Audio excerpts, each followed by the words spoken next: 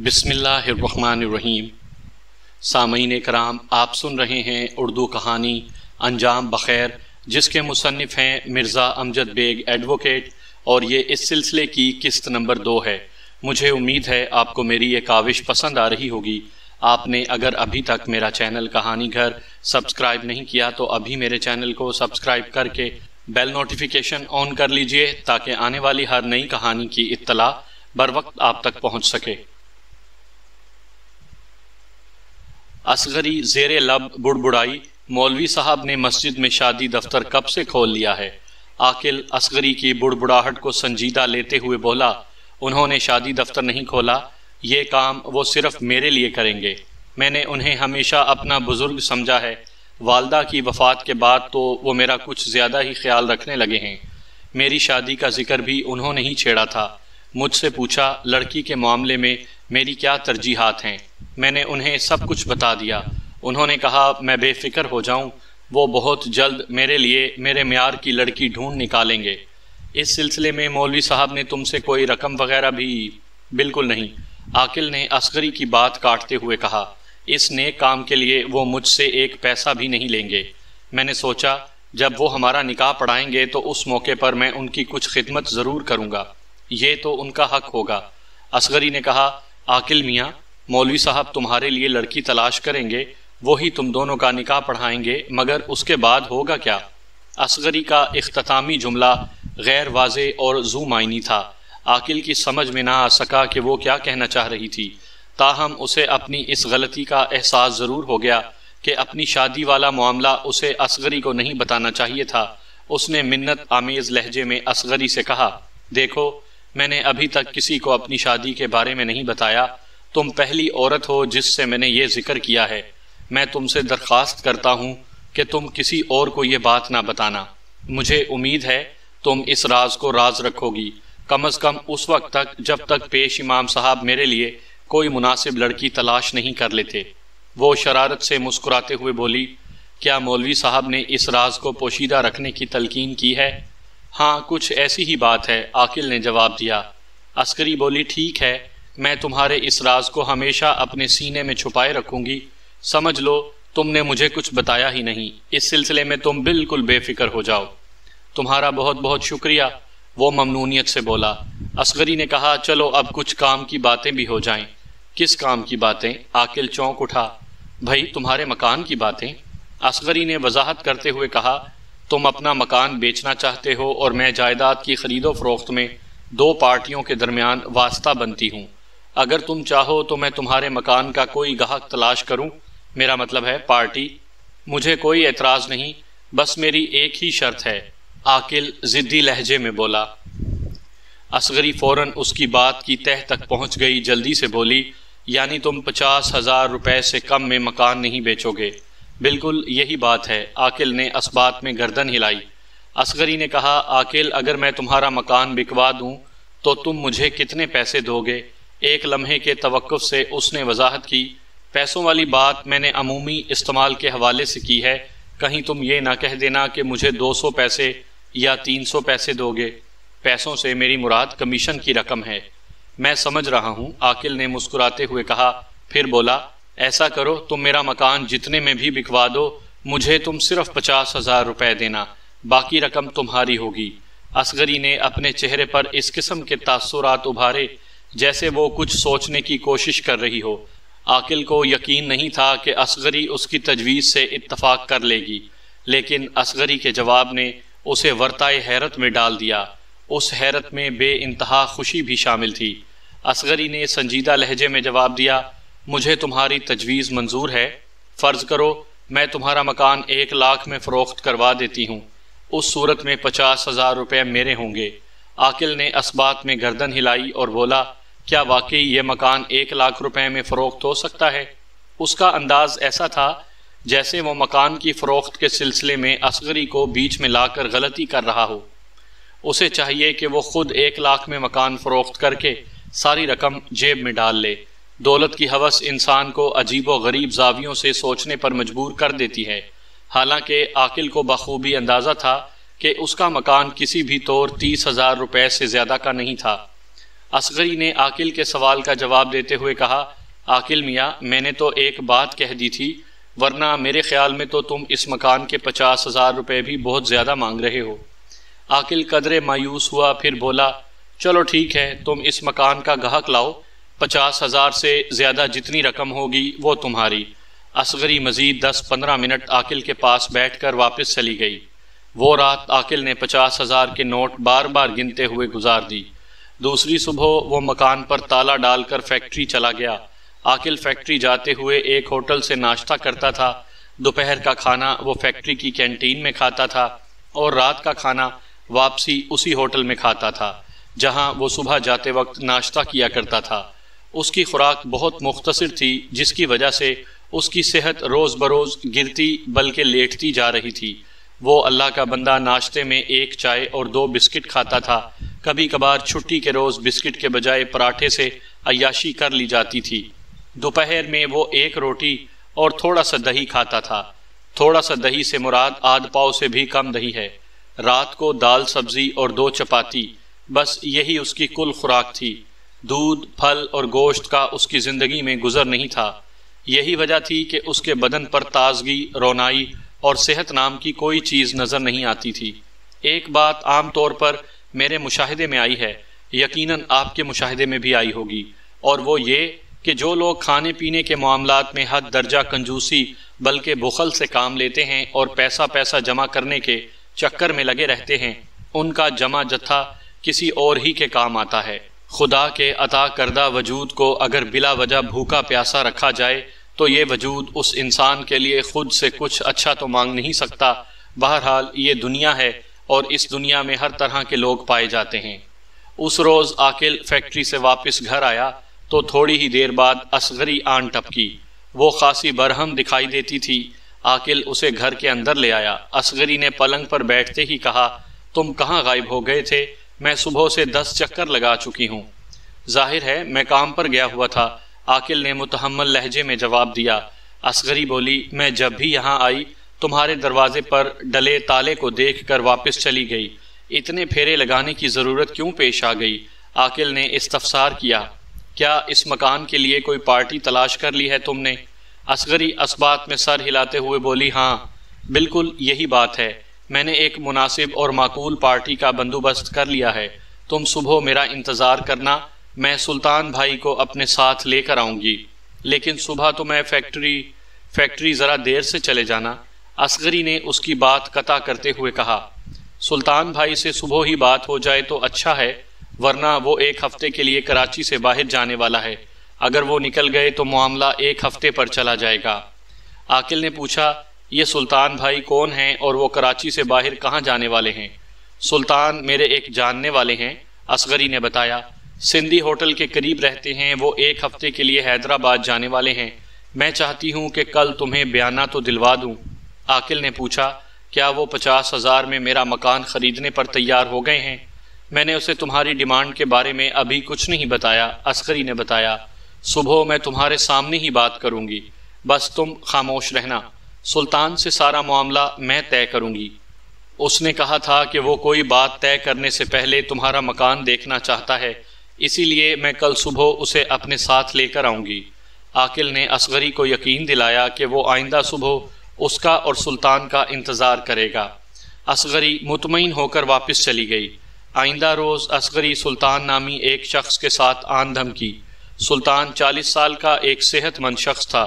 اس کے حلیے اور وضع قطع سے لگتا تھا وہ کوئی شریف آدمی نہیں، لیکن عاقل کو اس کی شرافت یا بدماشی سے کوئی غرض نہیں تھی۔ اس کا مکان مطلوبہ قیمت پر بکنے جا رہا تھا، اس کے لیے اس سے بڑی خوشی اور کیا ہو سکتی تھی؟ سلطان جس دوران گھوم پھر کر مکان کا جائزہ لے رہا تھا، عاقل ان کے لیے چائے لینے گھر سے نکل گیا۔ اجنبی لوگوں کو گھر میں چھوڑ کر چلے جانا عاقل جیسے عقل مند ہی کا حوصلہ ہو سکتا تھا۔ اس کی واپسی 15-20 منٹ بعد ہوئی۔ جب وہ گھر میں داخل ہوا تو اصغری سلطان کے ساتھ اس کے گھر کے اکلوتے پلنگ پر براجمان تھی۔ چائے پینے کے بعد اصغری نے سلطان سے کہا، بھائی سلطان، مکان تو تم نے اچھی طرح دیکھ لیا ہے، اب کام کی بات بھی ہو جائے تو اچھا ہے، عاقل میاں کو ڈیوٹی پر بھی جانا ہے۔ سلطان نے کہا، تم ٹھیک کہتی ہو اصغری۔ پھر وہ عاقل کی جانب متوجہ ہوا، ہاں میاں، تم اس مکان کا کیا مانگ رہے ہو؟ عاقل کے کچھ کہنے سے پہلے ہی اصغری بول اٹھی، یہ اس معاملے میں کچھ نہیں کہے گا سلطان بھائی، اس نے مکان کا سلسلہ مجھ پر چھوڑ دیا ہے، جو بھی بات ہوگی مجھ سے ہوگی۔ اگر کوئی سمجھدار شخص وہاں موجود ہوتا تو وہ فوراً سمجھ جاتا کہ اصغری اور سلطان جس انداز میں بات کر رہے تھے اس سے ان کی ملی بھگت عیاں ہو رہی تھی، لیکن عاقل مکان بکنے کی خوشی میں رہی صحیح عقل کو بھی خدا حافظ کہہ چکا تھا۔ سلطان نے اصغری کی جانب متوجہ ہوتے ہوئے کہا، چلو تم سے ہی بات کر لیتے ہیں، بتاؤ تمہاری کیا ڈیمانڈ ہے؟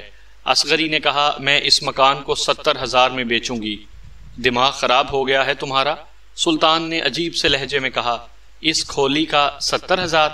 اصغری بولی، بھئی یہ کھولی ہے یا کوئی آراستہ و پیراستہ بنگلہ، اس بحث میں پڑھنے کی کیا ضرورت ہے؟ جو کچھ ہے وہ تمہارے سامنے ہے۔ سامنے ہے اسی لیے تو کہہ رہا ہوں۔ سلطان نے کہا، اس مکان کے 70,000 بہت زیادہ ہیں۔ اصغری نے پوچھا، تمہاری پیشکش کیا ہے؟ زیادہ سے زیادہ 40,000۔ یہ تو بہت کم ہے۔ اصغری ہاتھ نچاتے ہوئے بولی، چلو میں 70 سے 65 پر آ جاتی ہوں۔ سلطان نے جیب سے سگریٹ کا پیکٹ نکال کر ایک سگریٹ سلگائی اور بولا، میرے حساب سے تو 65 بھی بہت زیادہ ہیں۔ پھر تم ہی کچھ آگے بڑھو، اصغری نے کہا۔ سلطان بولا، 45 کے بارے میں کیا خیال ہے؟ کم ہیں، اصغری نے کہا۔ چلو 60 کر لیتے ہیں، میں 50 سے آگے نہیں بڑھوں گا۔ اصغری چند لمحے سوچتی رہی، پھر سنجیدہ لہجے میں بولی، ایسا کرتے ہیں، نہ تمہارے 50 اور نہ میرے 60، 55 پر سودا ڈن کر لیتے ہیں۔ تھوڑے سے رد و قدح کے بعد سلطان وہ مکان 55,000 روپے میں خریدنے پر آمادہ ہو گیا۔ اصغری نے کہا، سلطان تم بیانہ کتنا دے رہے ہو؟ 5,000 کافی رہیں گے؟ سلطان نے پوچھا۔ اصغری نے آمادگی ظاہر کر دی۔ سلطان نے 5,000 کے نوٹ نکال کر اصغری کے حوالے کر دیے۔ اصغری نے رقم گننے کے بعد کہا، باقی رقم کی ادائیگی کب تک ہوگی؟ کل تو میں 1 ہفتے کے لیے حیدرآباد جا رہا ہوں۔ سلطان نے جواب دیا، وہاں سے واپس آ جاؤں تو رقم ادا کر دوں گا۔ اصغری نے ہوشیاری سے کہا، سلطان بھائی رقم کی ادائیگی کے بعد ہی تمہیں قبضہ ملے گا، یہ بات یاد رکھنا۔ عاقل میرے بیٹے کی طرح ہے، مجھے اس کا بڑا خیال ہے۔ عاقل اصغری سے عمر میں لگ بھگ 6 سال بڑا تھا، مگر اصغری کا بیٹا کہنا عاقل کو اچھا لگا تھا۔ شاید اس طرح اسے یہ احساس ہو رہا ہو کہ عمر کا پرندہ ابھی تک اس کے ہاتھ میں ہے۔ خوش ہونے کا کوئی موقع ضائع نہیں کرنا چاہیے کہ مصداق عاقل اصغری کے ریمارکس پر جی بھر کر خوش ہو رہا تھا۔ سلطان نے کہا، تم جو کہہ رہی ہو میں بالکل ویسا ہی کروں گا، مگر میری بھی ایک بات یاد رکھنا۔ ہاں ہاں کہو، تم کون سی بات کہہ رہے ہو؟ اگر تم نے مکان بیچنے کا ارادہ ترک کر دیا تو میں 10,000 روپے واپس لوں گا۔ سلطان نے تنبیہی انداز میں کہا، بیانے کا یہی اصول ہوتا ہے، اگر بیچنے والا ارادہ بدل دے تو اسے دگنا بیانہ واپس کرنا پڑتا ہے۔ اصغری چٹخ کر بولی، سلطان بھائی تم نے بیانے کا ادھورا اصول بیان کیا ہے۔ پھر وہ وضاحت کرتے ہوئے کہنے لگی، اس اصول کا دوسرا حصہ یہ ہے کہ اگر خریدار پارٹی سودا منسوخ کر دے تو اس کا دیا ہوا بیانہ ضبط کر لیا جاتا ہے۔ مجھے منظور ہے، سلطان نے کہا۔ اگر میں سودے سے پھر جاؤں تو تم میرے یہ 5,000 روپے واپس نہ کرنا۔ اتنا کہہ کر وہ اٹھ کھڑا ہوا۔ اصغری نے کہا، اب کیا ارادہ ہے سلطان بھائی؟ میں چلوں گا۔ اس کے ساتھ ہی اس نے بیرونی دروازے کی جانب قدم بڑھا دیے۔ اصغری اور عاقل اسے دروازے تک چھوڑ کر واپس کمرے میں آ گئے۔ اصغری نے بیانے کی رقم کے 5,000 عاقل کی طرف بڑھاتے ہوئے کہا، یہ تم رکھ لو عاقل، تمہارے مکان کا سودا تو سمجھو پکا ہو گیا۔ عاقل کی باتیں کھلی جا رہی تھیں۔ اسے امید نہیں تھی کہ اتنی آسانی سے اس کا مکان 55,000 روپے میں فروخت ہو جائے گا۔ اس رقم میں اگرچہ کمیشن کے 5,000 اصغری کے بھی تھے، مگر پھر بھی مکان عاقل کی ڈیمانڈ کے مطابق 50,000 روپے میں نکل گیا تھا۔ اس موقع پر عاقل کی خوشی دیدنی تھی۔ اس نے کپ کپاتے ہاتھوں سے 5,000 روپے تھام لیے اور متشکرانہ لہجے میں بولا، تمہارا بہت بہت شکریہ اصغری۔ ارے ارے، اصغری خوش دلی سے بولی، اس میں شکریہ کی کون سی بات ہے؟ میں نے تو اپنے کمیشن کی خاطر یہ سودا کروایا ہے، میں نے اس سلسلے میں تم پر کوئی احسان نہیں کیا۔ عاقل وفور مسرت سے پھٹا جا رہا تھا، جذباتی لہجے میں بولا، اصغری تم دیکھ لینا، میں تمہارے ساتھ تمہاری توقع سے زیادہ اچھا سلوک کروں گا، بس مجھے سلطان سے رقم مل جائے میں تمہیں خوش کر دوں گا۔ پرندہ پھدکتا اچھلتا نادیدہ جال کے بہت قریب آ چکا تھا۔ عاقل کی جذباتی پیشکش کو دیکھتے ہوئے اصغری اچانک افسردہ نظر آنے لگی۔ اس کی حالت دیکھ کر عاقل متفکر ہو گیا۔ اس نے تشویشناک لہجے میں اصغری سے پوچھا، کیا ہوا اصغری، تم اداس کیوں ہو گئی ہو؟ کچھ نہیں، وہ پہلو بچاتے ہوئے بولی۔ پھر بھی تم بھی کہو گے میں کیا اپنے دکھ تمہیں بتانے لگی، اصغری نے کہا۔ تم نہ ہی پوچھو تو اچھا ہے۔ عاقل ضد پر اتر آیا، اب تو میں ضرور پوچھوں گا اور تمہیں بتانا بھی پڑے گا۔ وہ چند لمحوں تک کچھ سوچتی رہی۔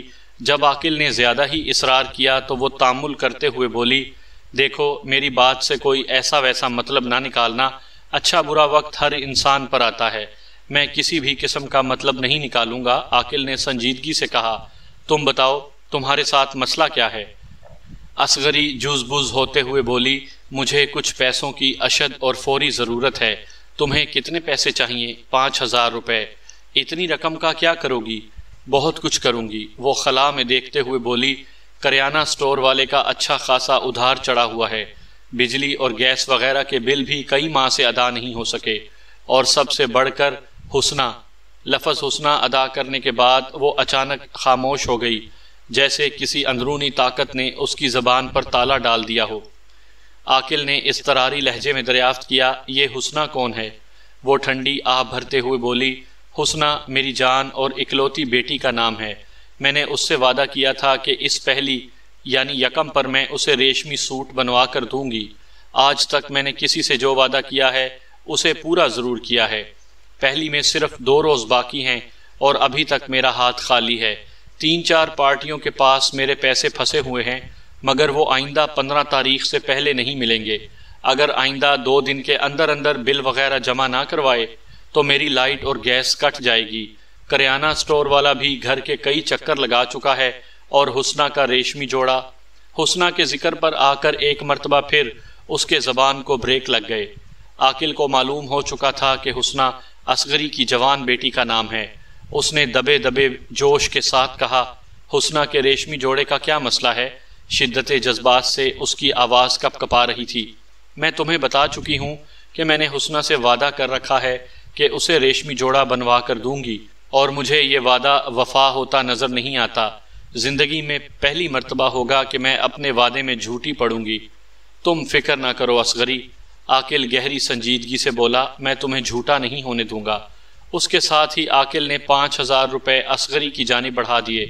اصغری نے ہچکچاہٹ کا مظاہرہ کرنا چاہا تو عاقل نے گہری ہمدردی سے کہا، رکھ لو اصغری، یہ تمہارے ہی ہیں، تم سمجھ لو میں تمہاری کمیشن کی رقم ایڈوانس میں تمہیں دے رہا ہوں۔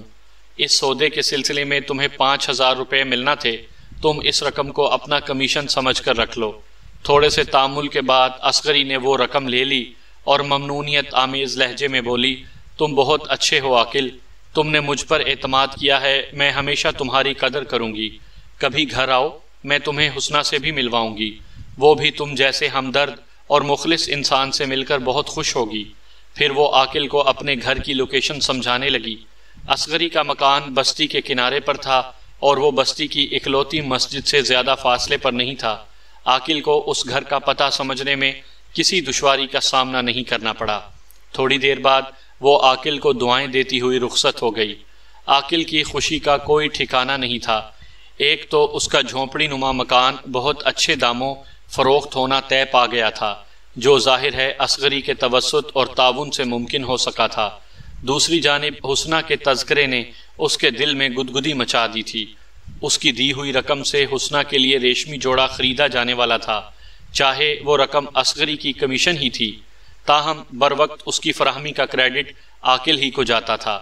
اس پر طرح یہ کہ اصغری نے اسے گھر آنے کی دعوت بھی دی تھی۔ خیر سگالی کے یہ جذبات اس کے دل کی دنیا کو تائے بالا کیے دے رہے تھے، گویا یہ سونے پہ سہاگا والی بات تھی۔ با الفاظ دیگر اس کی 5 انگلیاں گھی میں اور سر کڑاہی میں تھا۔ اصغری سے میل تال نے اس کے دل میں ویرانی میں بہار کا سا سما پیدا کر دیا تھا۔ اس روز عاقل نے فیکٹری کی چھٹی کر لی۔ اصغری کے رخصت ہوتے ہوتے دوپہر ہو گئی تھی۔ اس وقت وہ فیکٹری جا کر کیا کرتا؟ دوپہر کا کھانا کھانے وہ ہوٹل تک گیا، پھر گھر آ کر سو رہا۔ اس روز اس نے دن میں جو بھی خواب دیکھا اس میں حسنہ اپنے پورے وجود کے ساتھ موجود تھی۔ عاقل نے ابھی تک حسنہ کی ایک بھی جھلک نہیں دیکھی تھی۔ خواب میں نظر آنے والا مرمری پیکر اس کے تصور نے تراشا تھا۔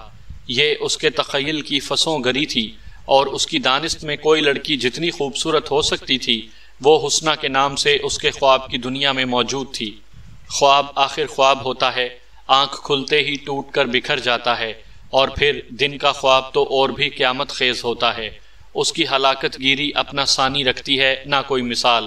اگر شخص دن میں کوئی حسین خواب دیکھ لے، ایسا حسین خواب جو عملی زندگی میں اس کے لیے ناممکنات میں سے ہو، تو آنکھ کھولنے پر اس کی جو حالت ہوتی ہے اسے بس وہی لوگ محسوس کر سکتے ہیں جو اس تجربے سے گزرے ہوں گے۔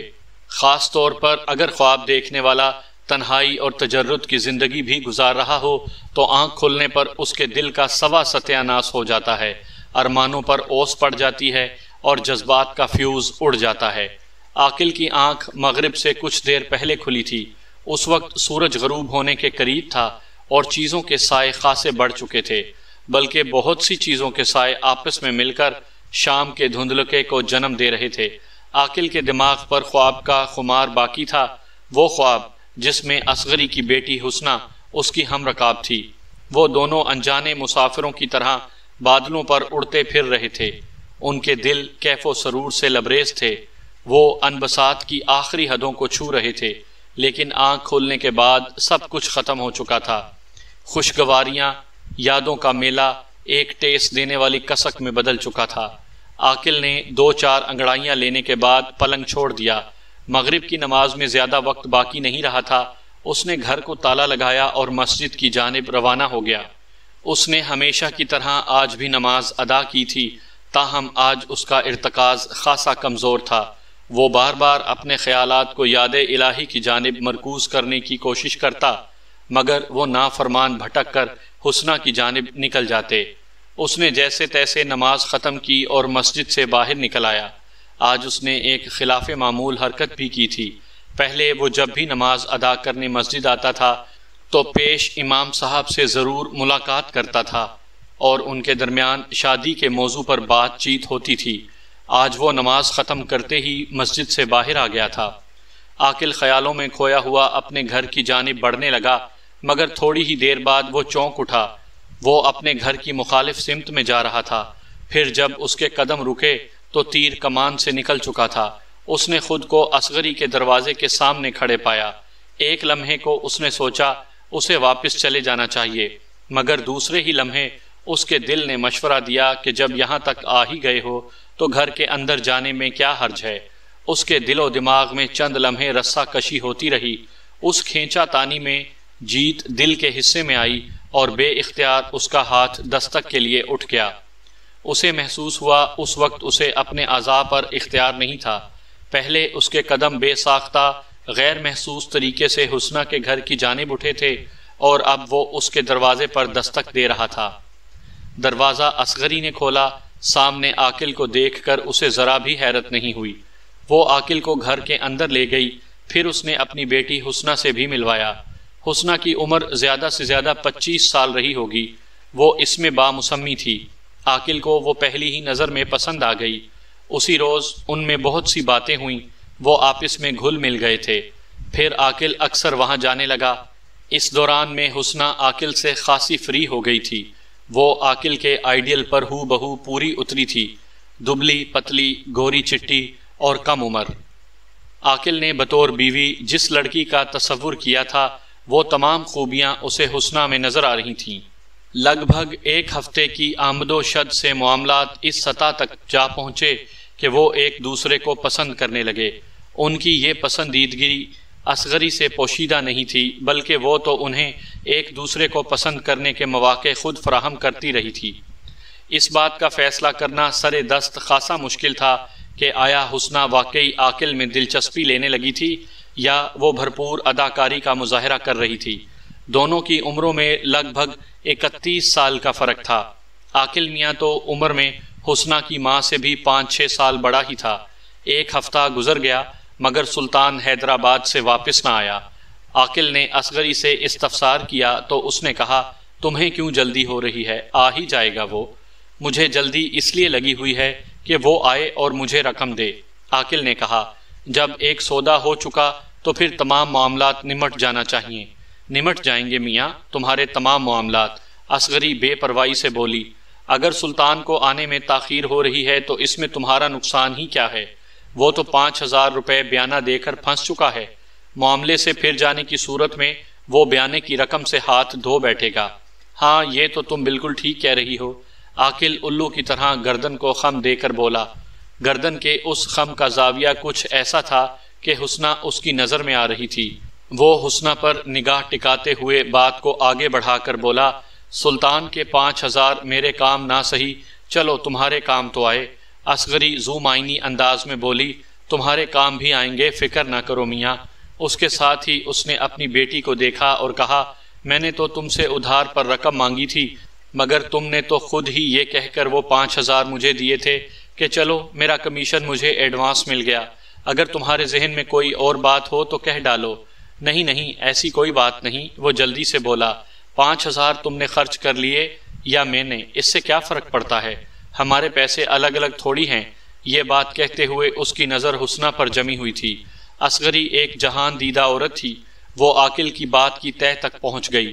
جلدی سے بولی، کہہ تو تم ٹھیک ہی رہے ہو، جب میں نے تمہیں بیٹا کہہ دیا تو پھر غیریت کیسی؟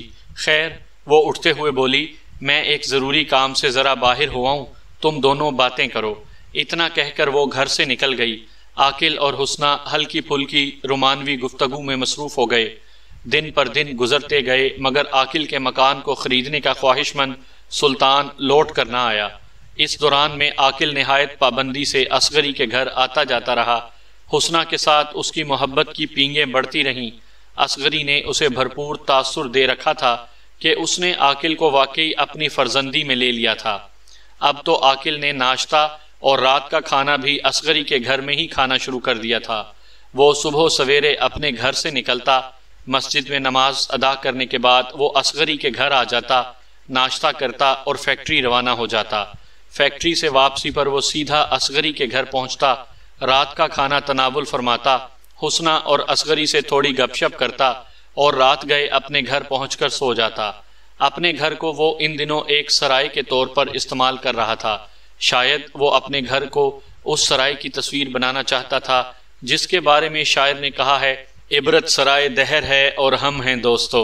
یہ بات بالکل واضح تھی کہ اگر عاقل کا خورد و نوش اصغری کے گھر میں چل رہا تھا تو لازماً عاقل کی تنخواہ کا غالب حصہ بھی اسی گھر میں خرچ ہو رہا ہوگا۔ ایک ماہ بعد سلطان نے شکل دکھائی۔ اصغری اسے اپنے ساتھ لے کر عاقل کے پاس پہنچی۔ وہ اس وقت اپنے گھر میں ہی تھا۔ لو عاقل میاں، تمہارا تو انتظار ختم ہوا، اصغری نے چھوٹتے ہی کہا۔ یہ اپنے سلطان بھائی واپس آ گئے ہیں، آج تم انہیں قبضہ دے دو۔ قبضہ دے دوں؟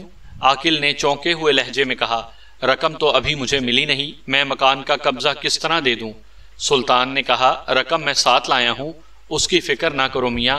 پھر وہ اصغری کی طرف مڑتے ہوئے بولا، اصغری، ادائیگی تو میں تمہیں کروں گا، تم نے خود ہی کہا تھا۔ عاقل میاں اس معاملے میں بالکل خاموش رہیں گے۔ اصغری نے ٹھہرے ہوئے لہجے میں کہا، ادائیگی مجھے کرو یا عاقل کو، ایک ہی بات ہے، بہرحال بات مجھ سے چل رہی ہے تو رقم بھی مجھے ہی دو۔ سلطان نے اپنی جیب سے بڑے نوٹوں کی ایک گڈی نکالی اور اصغری کی جانب بڑھا دی۔ اصغری نے نہایت اطمینان سے 2 مرتبہ نوٹ گنے، پھر اس کے چہرے پر الجھن کے تاثرات نمایاں ہو گئے۔ اس نے سلطان کی طرف دیکھتے ہوئے کہا، سلطان، یہ تو 30,000 روپے ہیں۔ ہاں 30,000 ہی ہیں، سلطان نے اطمینان سے تصدیق کر دی، مگر اس مکان کا سودا تو 55,000 میں ہوا تھا۔ اصغری نے تیز آواز میں کہا، 5,000 تم بیانے کی مد میں دے چکے ہو، 50,000 تمہاری طرف ہیں۔ سلطان نے کہا، تم بالکل ٹھیک کہہ رہی ہو، میں نے 50,000 ہی دینا ہے، لیکن فی الحال یہ 30,000 ہیں، باقی 20,000 میں 1 ماہ بعد دوں گا۔ دراصل میرے ساتھ ایک سانحہ ہو گیا ہے۔ اپنی بات ختم کرتے ہی سلطان نے اپنے چہرے پر دنیا بھر کے دکھوں کو دعوت عام دے دی۔ وہ اس وقت مرکہ رنج و الم دکھائی دے رہا تھا۔ سلطان کی اداکاری اتنی بھرپور اور تاثر انگیز تھی کہ عاقل کا دل پسیج گیا۔ اس نے اپنے لہجے میں ہمدردی سموتے ہوئے رقت آمیز لہجے میں استفسار کیا، کیا ہو گیا سلطان بھائی؟ سلطان نے اداکاری جاری رکھتے ہوئے بتایا، میں نے 1 ہفتے بعد آنے کا کہا تھا، مگر آج میں 1 ماہ بعد واپس آیا ہوں۔ بس کیا بتاؤں، وہ سانحہ اتنا جاں گسل تھا کہ مجھے اپنا کچھ ہوش ہی نہ رہا۔ پھر وہ کانوں کو ہاتھ لگاتے ہوئے چھت کی طرف دیکھ کر بولا، خدا سب کو برے وقت سے محفوظ رکھے۔ آخر تمہارے ساتھ ہوا کیا ہے سلطان بھائی؟ اصغری نے تشویش بھرے لہجے میں استفسار کیا۔ وہ چند لمحے خاموش رہنے کے بعد بکھرے ہوئے لہجے میں گویا ہوا، میری معصوم بچی رابعہ مجھے ہمیشہ ہمیشہ کے لیے چھوڑ کر چلی گئی۔ اس کی آواز بھرا گئی اور وہ نادیدہ آنسوؤں کو روکنے کی مصنوعی کوشش کرتے ہوئے بولا، وہ پورا ہفتہ ہسپتال میں رہی۔ رابعہ کو ڈبل نمونیا ہو گیا تھا۔ چند روز قبل اپنی ننھی رابعہ کو مٹی میں اتار کر فارغ ہوا ہوں۔ میرے پاس جو رقم موجود تھی وہ ہسپتال والوں کو دے دی، اب جیب خالی ہے۔